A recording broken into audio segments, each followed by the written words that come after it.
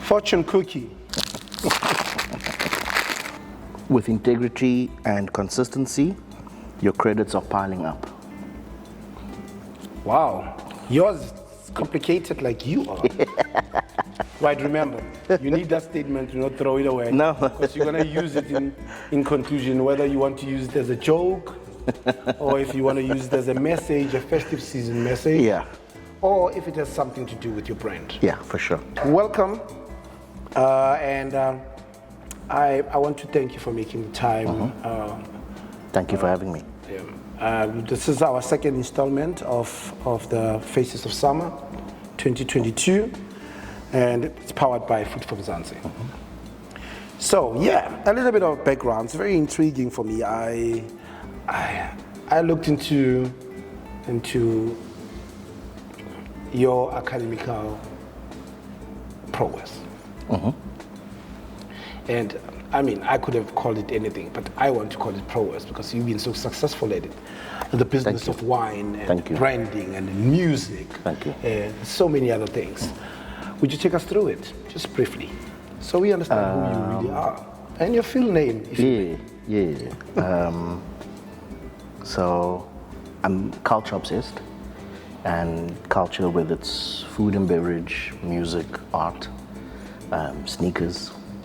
So I'm culture obsessed, and that really drives whatever endeavor I'm involved in, and really passionate around what culture means, both for the individual, for a community, and then for the rest of the continent.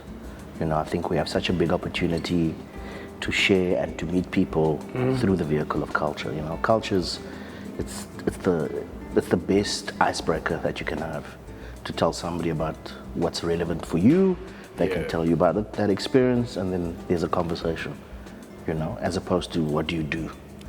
You know, I think so. For me, culture obsessed, and really looking at how does one bring a new cultural voice and opportunity to the wine business. Yeah, that's me. So it eventually leads to wine. Yeah. How did you get there? When did you get that bite besides culture? So with this wine brand specifically, it was really a result of COVID. I've always wanted to do my own brand, and I'd been doing research, and I'd say around end of 2017, 2018, I decided to do a canned wine brand, but just never had the time. And then COVID gave me the time to actually focus, lock in, and actually to decide. You know, I think for everybody, you know, there's a very negative part of COVID and from the pandemic. Yes. But also on the positive side, it really made people stop, think, and really decide what it is they wanted to do. So I decided to put my energy into really creating this brand and seeing what can happen. And the brand being under the umbrella of Nice Beverage Company? So the Nice Beverage Company. I think for me, the belief is you can't sell it if it doesn't taste nice. It just doesn't make sense. You know, I think it's quite obvious. And that comes from very logical. Yes, and it comes from me from my food background. Right. Because you wouldn't serve something that you wouldn't want to eat yourself. So why are you selling people drinks that are not nice? What is that food background? Trained as a chef, Cape Town, and then managed to work here in South Africa, a bit in Vietnam, France, and the States. Wow. So just really a wide opportunity around the food business. Oh, fantastic, man. Now, just around the Nice Beverage, do you have any partners besides obviously the advisory board? Yeah, we're a team. There's 5 of us taking care of various facets of the business. Everybody does something else, you know. So it's not 5 people sitting in an office together. Right. It's 5 people who have day jobs, doing things on the side. Right. But yeah, we're working towards and growing towards actually being able to have a fully onboarded employed team. So we're a startup. You know, we're nowhere near where we want to be, but we're definitely making progress in terms of how we get to that and how we really sort of achieve those goals. Fantastic. And just with the is it Unfiltered? Yeah, Unfiltered is our wine brand, yeah? Fantastic. Just with the Unfiltered, is there a specific target market? Yeah. Before we can even talk about the product itself. Yeah. So Unfiltered is really targeted at the new wine drinker. You know, there's various parts of the wine business. And I didn't feel that me as an individual, I have the credentials to be able to do a fine wine brand. I don't have the training, I don't have the experience. My only experience with wine is with food pairing or whatever else. Right. But really also looking at where the future of the product is, and the future of wine is around an interesting way in terms of a serving, looking at sustainability around product, and really going after a very new consumer that wants to have the opportunity to have some wine, but also looking at like, they're not about to open up a 400-500 rand bottle of wine, something that's quick, easy, accessible, and also very lifestyle orientated. We want to be able to match people's lifestyle ambition and to be where they are. So if they're at the beach, in a club, Lion's Head, Right. God's Window, Mpumalanga, you know what I mean? Wherever you are, we want to be able to be with you, with your lifestyle. Yeah, which leads back to, you know, I feel every single time I see wine in a different packaging, I think innovation, you know? And I do believe we are New World. We're not France. We might benchmark off them, but we're not New World producers, and we have to find our way because if we're not innovative, then it makes it difficult for us to sell wine. Oh, fantastic. Now here's the interesting part. Just before we taste, was this wine? Because I read your wine.co.za article. It was very intriguing around the DEI, right? Yeah. Are these the same ideals that brought you to? Yeah, for sure. Look, I think if one looks at the wine business, there's definitely a lack of representation, which for me presents an opportunity from a participant and a brand owner and whatever part of the value chain I can find myself in, for sure. And then there's the consumer side of it, which is an even bigger opportunity from a DEI perspective, because we haven't even started to look at what are we serving our varied and our diverse audience that we have in South Africa, and really looking beyond the Western Cape, what does that mean? Yes. And then further afield, beyond the borders of South Africa, what does the continent that's on the doorstep really offer us as brand owners? Because I think that is the unexplored opportunity that exists for us. Back to Unfiltered. Yeah. Is it unfiltered because it's unfiltered? So there is a bit of, so Unfiltered doesn't talk 100% to the actual juice. Unfiltered is really around experience, a person, and the product. We do less filtering than most, but I can never say we don't filter the product. That would be irresponsible. But it's really around what does it mean to be an unfiltered person? Yes. What does it mean to have an unfiltered experience? That is really what it refers to as well as referring to the juice. Right. The doorway to Africa. Yeah. Right, like I said, one question leads to another. Shall we taste? I'm always ready. What do you have for us? Okay, two products I've got. We'll start with the rosé, 100% Sansa.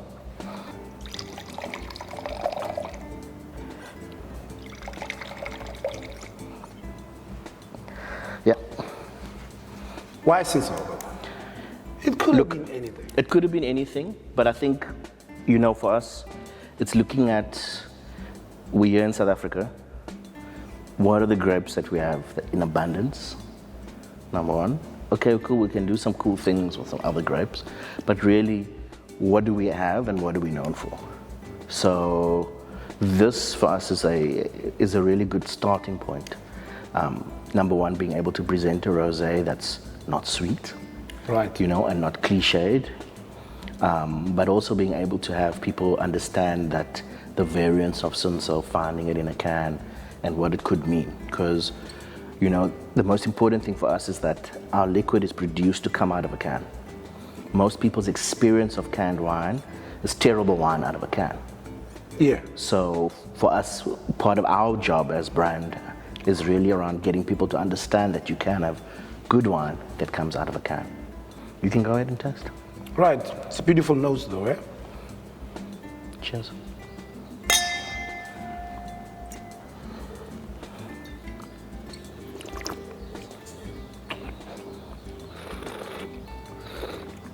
Nice balance, though. It's a typical Cinsault. Fresh as hell. Very fresh, Dry. Fruit bone forward. dry. Yeah. Strange enough, I wouldn't have expected candy floss, but it comes across with a little bit of strawberry. Is it nice? It's a very nice beverage. Yeah. Cheers to that. Cheers. Thank you. Right. I truly believe that one of the most beautiful wines I've tasted out of a can. And I generally sample as many wines as possible. It's one of the few out of the can. Some I can't mention today, but that I really liked. But I really like this one, especially I didn't expect Cinsault to be in the can, but it came out really nice for me. No, thank you. It's well balanced. Yeah, I like pretty things, obviously. Yeah. So I like the pink. Yeah. And I like the website more than anything. I think I was sold off the website more than anything.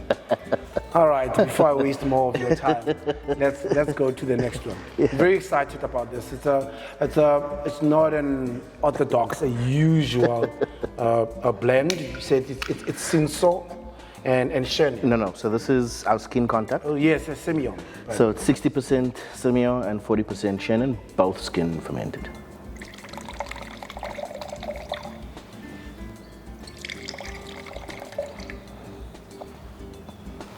Would you be able to elaborate what skin contact is? So I think skin contact is something with our journey that we can teach our consumers about, I think that for me, skin contact really presents the best opportunity around a wine that's very versatile, all types of food. When I talk about food with our brand, we're not trying to talk charcuterie and Iberico ham we're talking pap, smiley, jollof rice, chakalaka. That's right. That's what we're talking about. And this wine, just its ability to pair with such a varied range of food.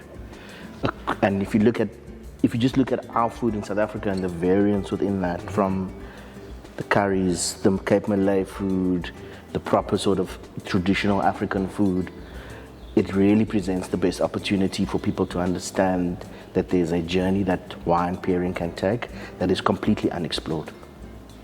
True. But why Semillon and Chenin instead of Semillon, typically with Sauvignon Blanc? First of all, we don't do things typically, number one. Second of all, it also down to our winemaker on this one. On this one, we collaborated with Tremaine Smith on the Blacksmith, one of the best, and really somebody who resonates, like Natasha, who resonate with the style of wine that we want. Because with the new wine drinker, we're also not making old style wine. We're making new wine, low intervention, all of those markers. We're not making natural wine, but we're making low intervention wines, because that's where we feel our audience is. So this experience within that market for that audience just makes 100% sense for us.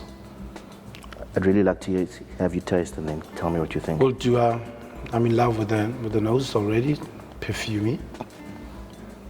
The bouquet is right at the front, right in your nose, and I think it's important for wine to make you thirsty at first whiff. Yep. If it doesn't, then you don't want to drink it. Yep. And this has succeeded in doing that. Perfect. So we'll take it into the palate, Yeah. right?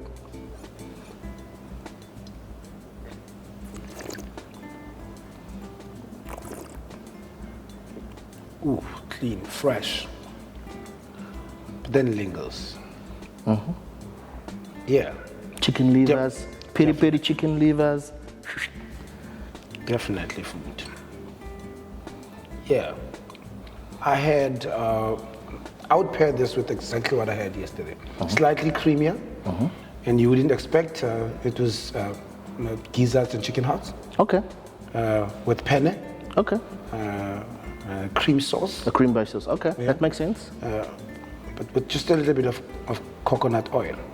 Don't know if that's part of South African cuisine, but I think it would have worked. Okay. Because it's not necessarily red meat. It might look Yeah. like red meat, Yeah. but they're still on a lighter side.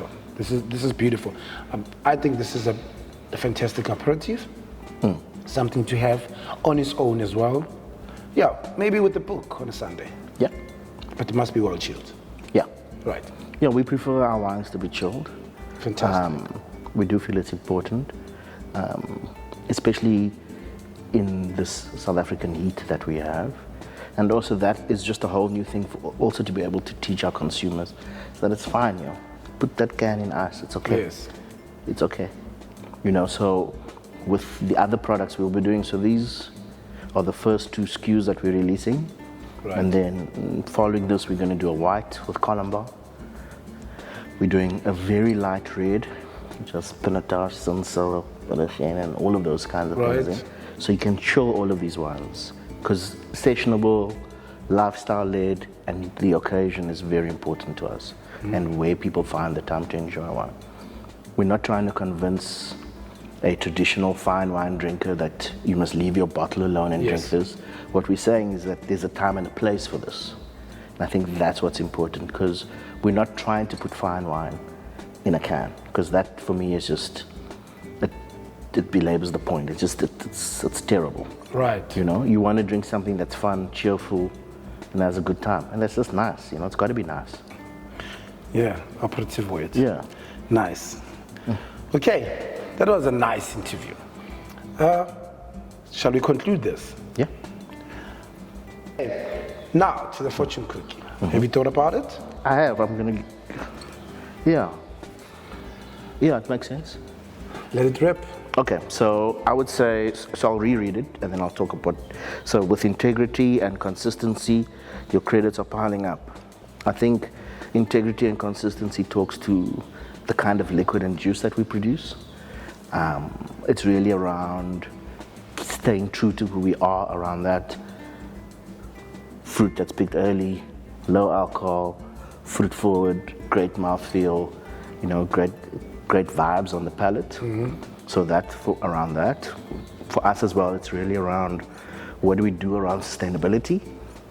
And that's one of the reasons we're in a can, because this is recyclable to an infinite degree. So these are all the things that I think that this fortune cookie talks to. It's about us as a group of people.